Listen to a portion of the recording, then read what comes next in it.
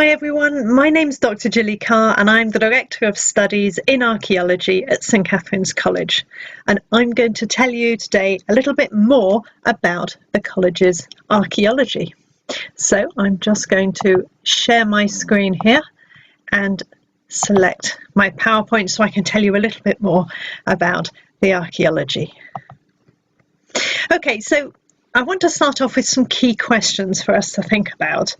And really the main one is that the college itself was founded in 1473, and the buildings that we see today at St Catherine's all date from the 17th century and later. And so the question is, where are the original buildings? Where are their foundations? Are they under the main college today? Where precisely are they? I also want us to think about, in terms of the artefacts that we found during building works in college, what can those objects tell us about the past of the college? So, for example, what can they tell us about diet of past students and indeed the fellows or more senior academic members who are joined to the college? And also we want to know about the status of people who lived in St Catherine's in the past, because that's what archaeology can teach us. So I want to show you some some images here of what the college looked like during some building works that were carried out in 2017. So in these slides here, you can see basically when they were footling around with the pipes, the workmen came to the college and they dug trenches, and I popped along to see, to look down holes. Whenever there's a hole dug anywhere, you'll always find archaeologists clustering around and having a look and seeing what they can see, because whenever you open a trench, whether it's an archaeological trench or a building trench, it gives you a chance to have a little window into the past. So I went along to have a look, and I looked out for little objects that they might have found and put them in a finds tray and asked other people to do the same for me. And I just want to show you this image now, these two images. The one on the left shows one of the trenches that was cut into the earth in college, and if you look down into that trench, you can see a little bit of brick foundation, and that suggests something about the foundations of an earlier phase of the college, about earlier buildings of St Catherine's. And so what we're looking at on the map on the right, and I'm just going to show you with my cursor here now. This is we've got the current buildings of St Catherine's around the edge of the main court. We have got this is the main lawn in the front of college here, and this line here represents where the pipes are, and so this is where the trenches were dug to dig up the pipes and to have a look at them.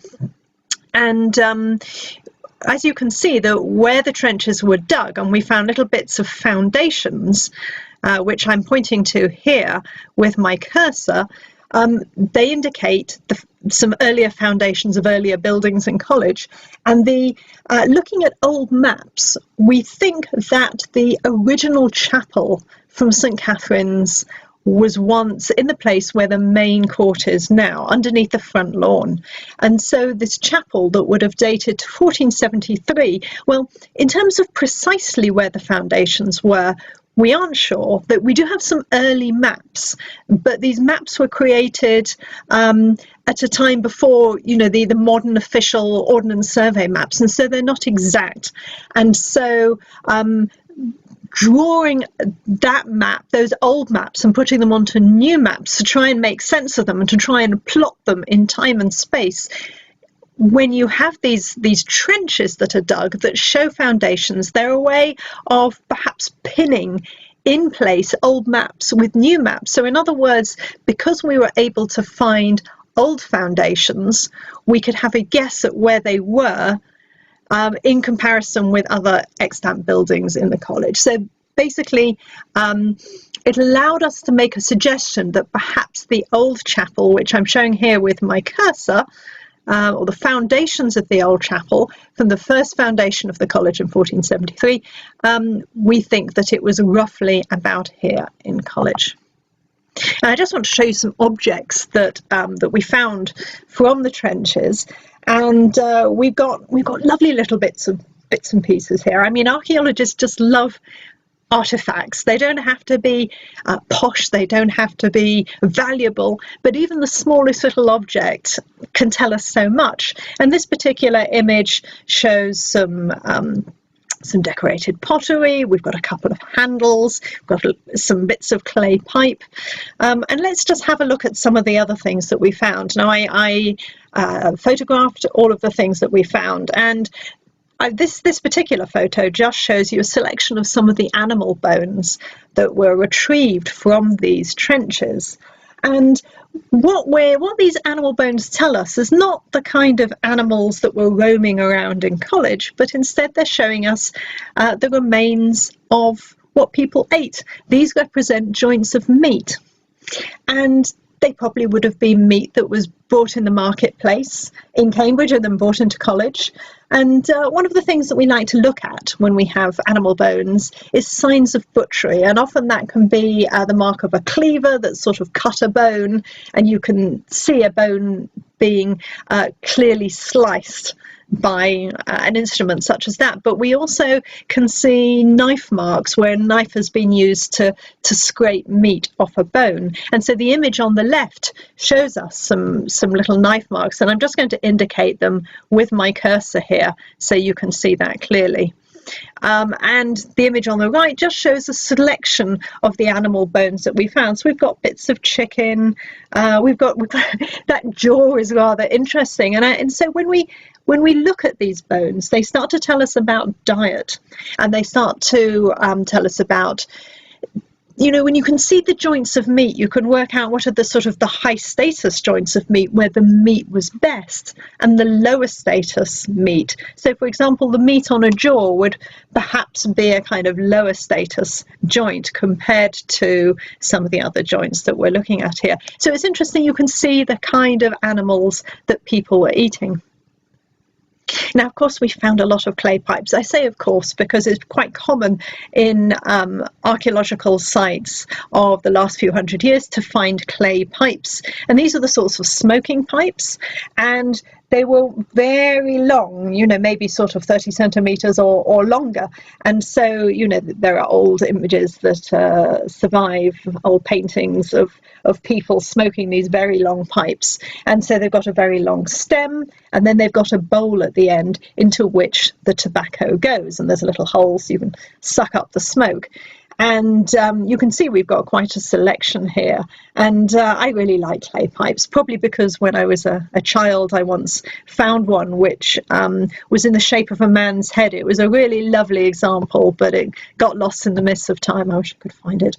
And on the left here, we've got an image of there's a stamp on the stem of the pipe, and what that stamp can tell you, it's a manufacturer's mark. And you know, if you're really into your clay pipes and you're an expert on clay pipes, you would probably recognize that stamp or be able to look it up in a source book and find out, or probably Google, find out what company made those clay pipes, you know, and so you'd be able to sort of find out where they were coming from, how far they traveled to get to Cambridge. And indeed, where students and fellows were coming from, coming to Cambridge if they brought their clay pipes with them. We also have a range of ceramics that were found.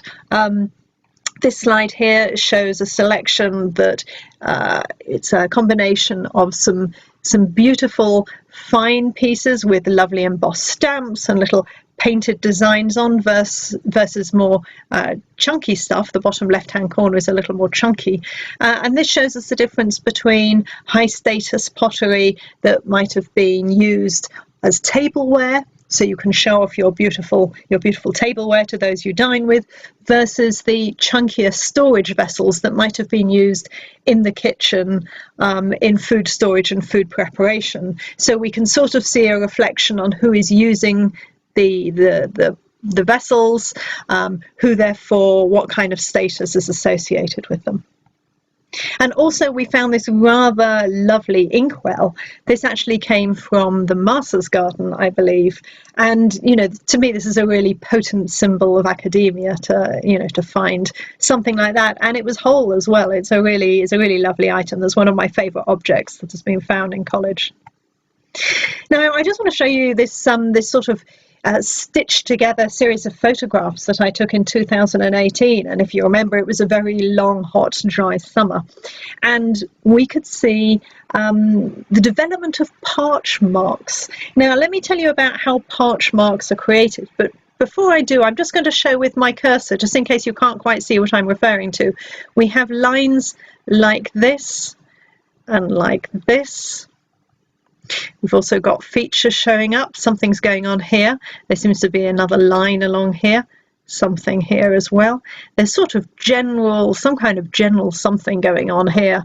And so what we're probably looking at is that how parch marks are created is if you imagine that there are the foundations of another building beneath this lawn, then you can see that the grass that grows on the lawn, it will send down roots, but in a hot summer, those roots will not be able to go down particularly far if there are foundations beneath the earth. Now, if you imagine some grass just to the side where there's no foundations, those roots can go down deep.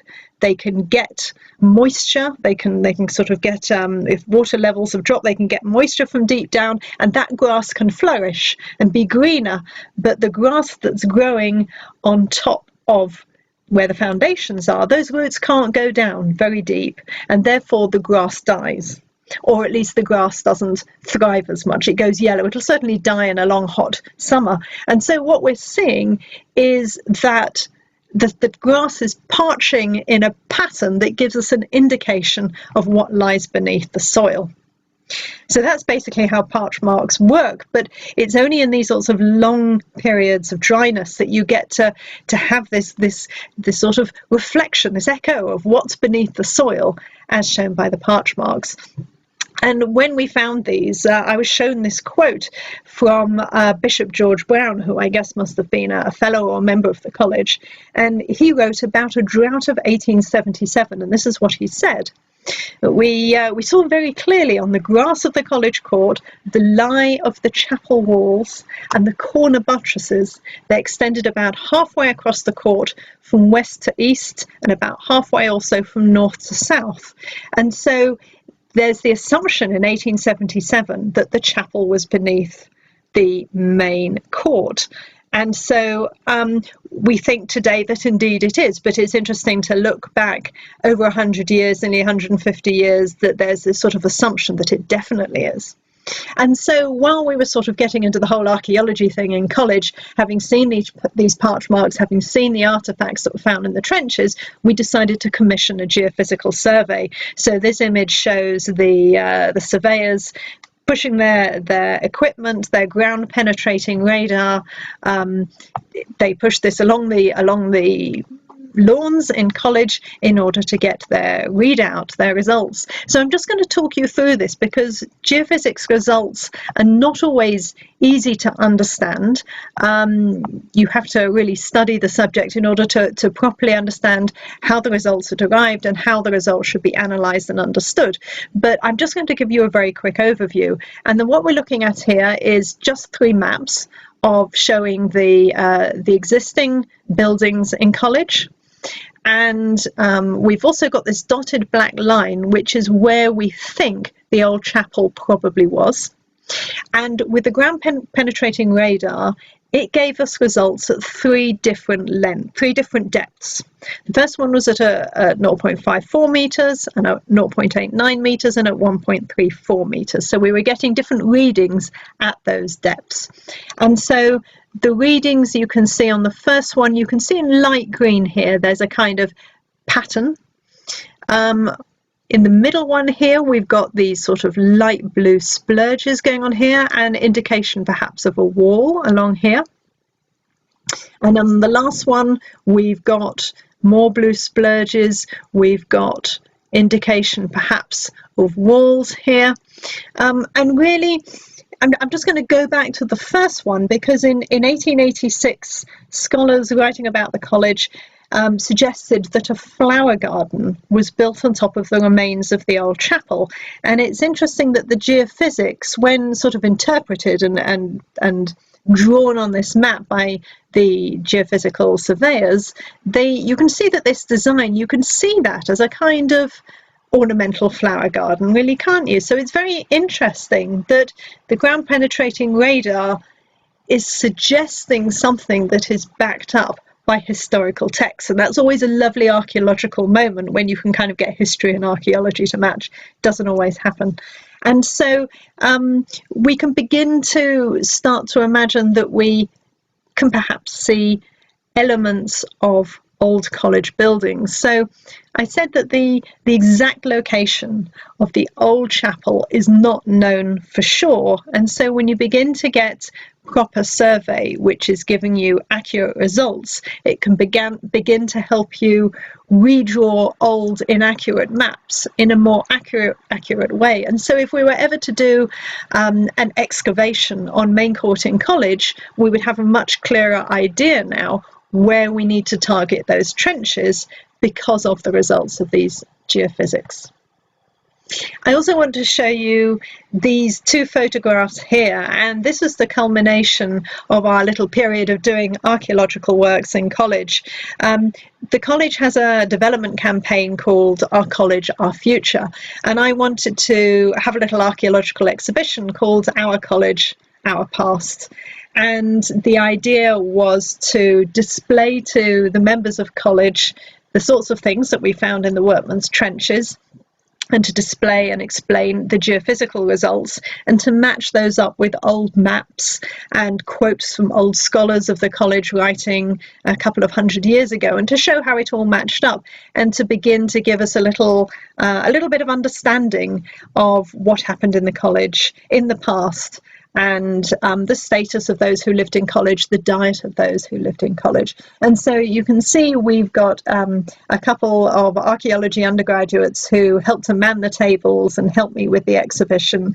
And we had some banners, and it was really a lovely opportunity to really show my colleagues and show other members of the college what archaeology can teach us about the past. So I hope you've enjoyed that, and I hope that has piqued your interest into what archaeology can show you and tell you, and how interesting a subject it is. And I would say that I'm biased, but I hope that you might agree with me and see that it's so worthwhile studying archaeology, because it's such a rewarding and a fulfilling subject to study. And if you're going to spend 3 years at university studying, you should study something you love, something you're passionate about. And I'm passionate about archaeology, and I hope you will be too. Okay, bye now, and lovely talking to you.